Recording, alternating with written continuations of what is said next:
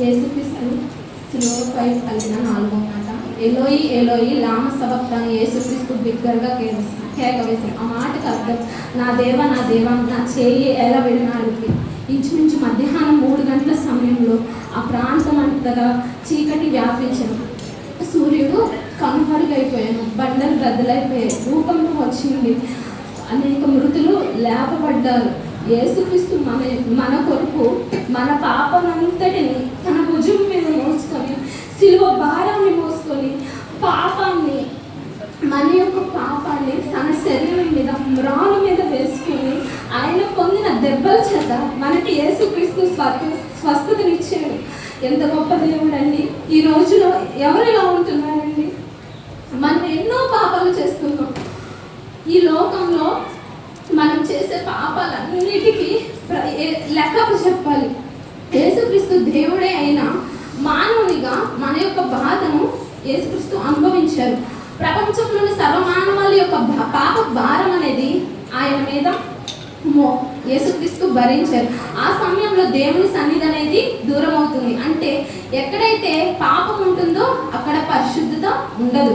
యేసుక్రీస్తు ఇది మనం యాదృచ్ఛికం కాదు, ఇది ఆయన రక్షణ యోచనలో ఒక భాగం. కీర్తనలు 22:1 తెలిపినట్లు యెషయా 53:5-7 వరకు మనం చూసుకున్నట్లయితే, మన క్రియల చొప్పున ఆయన గాయపరచబడ్డాడు, మన దోషములు బట్టి నలగొట్టబడ్డాడు, మన సమాధానకరమైన శిక్ష ఆయన మీద మోపబడింది. ఆయన పొందిన దెబ్బల చేత మన స్వస్థత పొంది ఉన్నాము. మనం గొర్రెల వలె త్రోవ తప్పాం. మనలో ప్రతి వాడు ఎవరికి నచ్చిన త్రోవలో నడిచి తొలగి ఉన్నాం. కాబట్టి యేసుక్రీస్తు మన కొరకు ఆయన శిక్షను భరించారు. పాపం చేయలేదు. ఆయన దౌర్జన్యం చేశారు, ఆయన్ని దౌర్జన్యం చేశారు, బాధించారు. కానీ ఆయన ఏ మాత్రము కూడా నోరు తెరవలేదు. వదుగు తేపడి గొర్రెడు ఎట్టి రీతిగా మౌనంగా ఉండదు, బుచ్చు కత్తిరించి మానే ఎదుటి గొర్రెయు ఎట్టి రీతిగా మౌనంగా ఉండదు. యేసుక్రీస్తు ఆ రీతిగా మౌనంగా ఉన్నారండి. శిష్యులు విడిచిపెట్టారు. ఆయనకు ముందే తెలుసు శిష్యులు, ఆయన ప్రియ శిష్యులే, యూద తనను అప్పగిస్తాడు, తనను డబ్బుకు అమ్ముడుపోయాడు, 30 వెండి నాణాలకు అమ్ముడుపోయాడు. తిరిగి తన తప్పు తెలిసి ఉరి వేసుకుని మరణించి, పేదరు నేను ఎరుగని 3 సార్లు మారంటారు. ఇవన్నీ యేసుక్రీస్తు ముందే గ్రహించారు. ప్రార్థనలు తండ్రి చేయి విడిస్తారు, శిష్యులు చేయి విడిస్తారు. అనేక స్వస్థత కార్యాలు చేసిన ప్రజలు ఆయన ద్వారా ఎన్నో స్వస్థత కార్యాలు చేశారు. యూదుల రాజు జయము, మెస్సయ్య జయమును యెరూషలేములోకి తీసుకువచ్చిన ప్రజలే యేసుని మరణ శిక్ష విధించాలని ప్రతి ఒక్క బిడ్డ, ప్రధాన యాజకులు, శాస్త్రులు, పరిసరులు ప్రతి ఒక్కరు మరణ శిక్ష విధించాల్సింది అన్నప్పుడు కూడా యేసుక్రీస్తు ఏ మాత్రం కూడా నోరు తెరవలేదండి. మన దేవుడు అంత గొప్ప దేవుడు అండి. మన పాపాలన్నిటినీ ఆయన మీద మోస్తున్నాం. మనం ఈ రోజుల్లో ఎలా ఉంటున్నాం? యేసుక్రీస్తు తండ్రి ఎడబాటును అనుభవించారే. ఇప్పటి రోజుల్లో మనం పాపాన్ని హృదయాన పెట్టుకొని ఆయన సన్నిధిలో మనం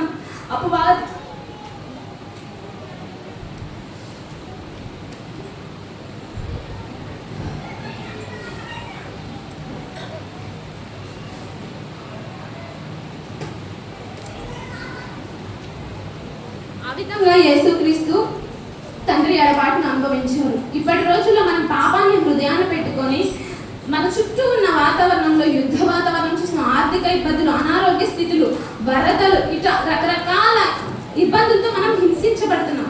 కానీ చల్లం లేని వారి వల్లే మనం ఉంటున్నాం. అపవాది ఎలాగున వెలుగుతుంది విషం వేసుకొని వస్తుందో అలాగున మనం ఈ విశ్వాస యాత్రలో కొనసాగుతున్నాం.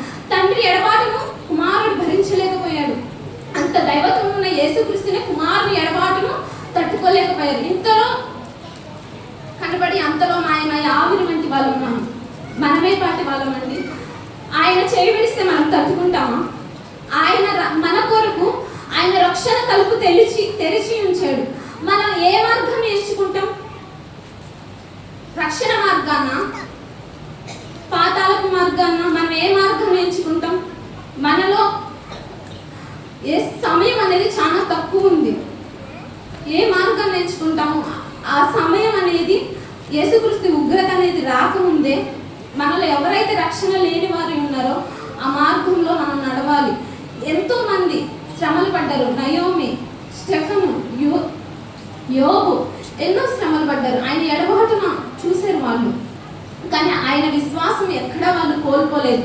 మనం ఈ 40 రోజుల వరకే ఉపవాసం ఉండి తదుపరి ఈ 40 రోజులు శ్రమల రోజులు యేసుక్రీస్తు ఎంతో మన కొరకు ఆయన ఒక రక్తాన్ని చెందించారనేసి మనం ఎంతో కన్నీటి ప్రార్థన చేస్తాం. మరి ఆ తరువాత మనం ఎలా ఉంటున్నాం? ఆ తర్వాతే కదా మనం మన క్రియలు కార్యాలు ప్రతి దినం ఆయన పరీక్షిస్తూనే ఉంటారు కదా. ఈ 40 రోజుల వరకే కాదు కదా, ప్రతి దినం ప్రతి క్షణం మనం చేసే పని క్రియ కార్యం ప్రతి ఒక్కటి యేసుక్రీస్తు పరిశోధిస్తూనే ఉంటారు, పరీక్షిస్తూనే ఉంటారు. మనకి యేసుక్రీస్తు ఆయన యొక్క రక్తపు బొట్టు ద్వారా స్వస్థతనిచ్చాడు. యేసుక్రీస్తు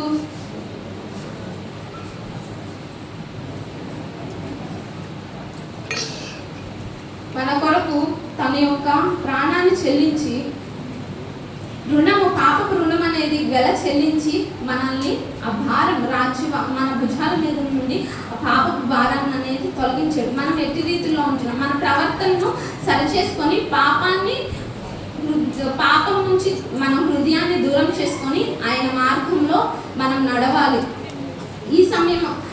ఈ సమయమే అనుకూల సమయం. మనం మన ప్రవర్తనను సరిచేసుకొని ఆయనకి దూరంగా వెళ్ళే వారి వాళ్ళే కాకుండా ఆయనకి దగ్గరగా ఉన్నాం. యేసుక్రీస్తు మనకు ఒక మాదిరి నుంచి వెళ్ళారు. ఆయన అడుగుచాడల్లో నడవాలని న్యాయాధిపతి తీర్పు తెచ్చి యెహోవాకు తను అర్పణించుకున్నారు, బలించుకున్నారు. మరి మనం మరొకరికి మాదిరిగా ఉండగలుగుతున్నామా? ఉండలేకపోతున్నాం. మన యొక్క ప్రతి మాట కొన్ని రోజుల వరకే మనకు అది పరిమితం అవుతుంది. మనం మరొకరికి మాదిరిగా ఉండలేకపోతున్నాం. మనల్ని మనం సరి చేసుకోవాలి. యేసుక్రీస్తు శిలువపై తండ్రి కుమారుని ఎడబాటు తట్టుకోలేకపోయారు. తండ్రి ఎడబాటును తట్టుకోలేకపోయారు. వేదన, నిస్సహాయత, ఎడబాటు, ఒంటరితనం, దుఃఖం వీటన్నిటిని యేసుక్రీస్తు అనుభవించారు. ఎవరి కోసం? ఆయన బిడ్డలమైన మన కోసం.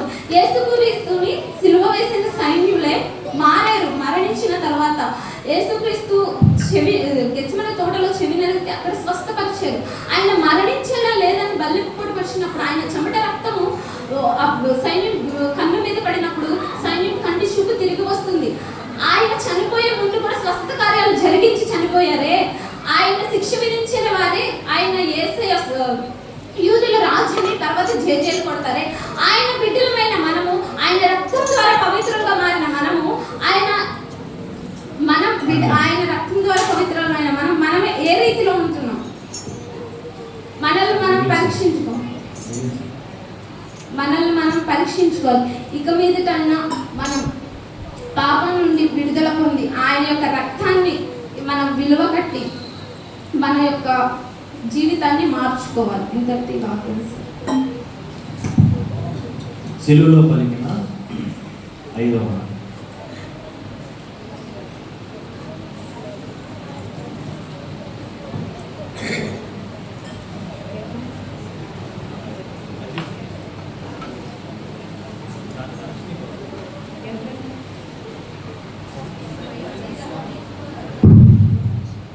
యోహాను సువార్త 19వ అధ్యాయము 28వ